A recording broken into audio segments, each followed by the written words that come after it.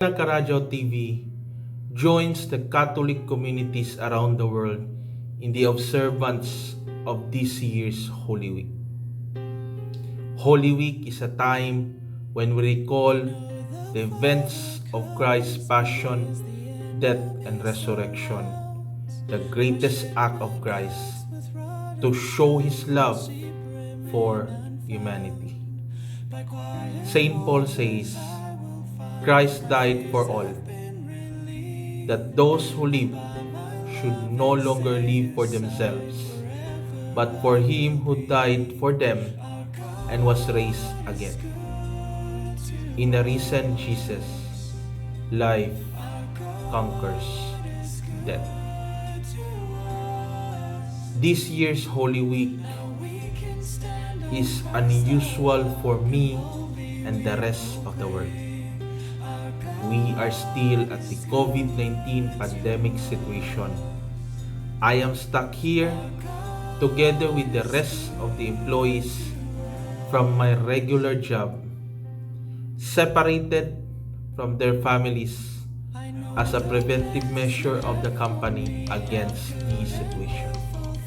There are those who are bound by their duties, striving hard in order to protect their loved ones and to save other lives.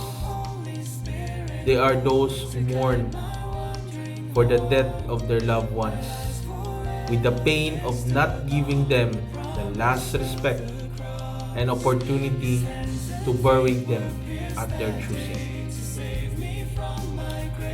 And there are those who are worried on how to provide for their family after losing livelihood and job due to pandemic. As Pope Francis said, this week sums the message of the gospel is God's boundless love. This Paschal faith nourish our hope.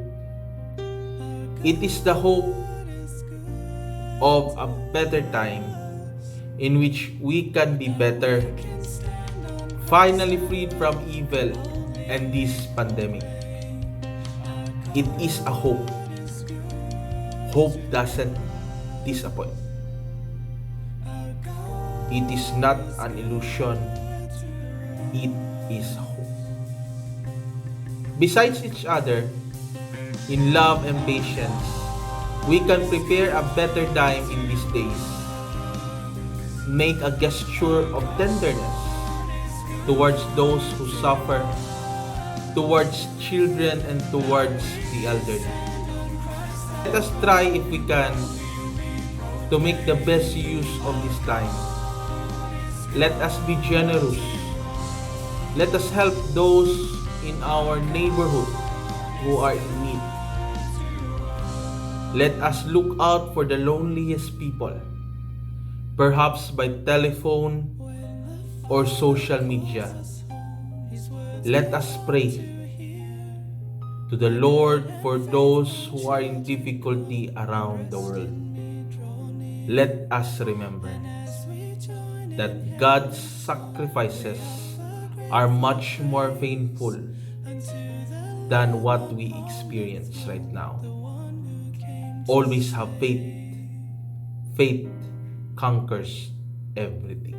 Here in Kagana, Karajaw TV, prays for everyone to have a solemn and safe celebration of this year's Holy Week. Keep the faith. Be strong always.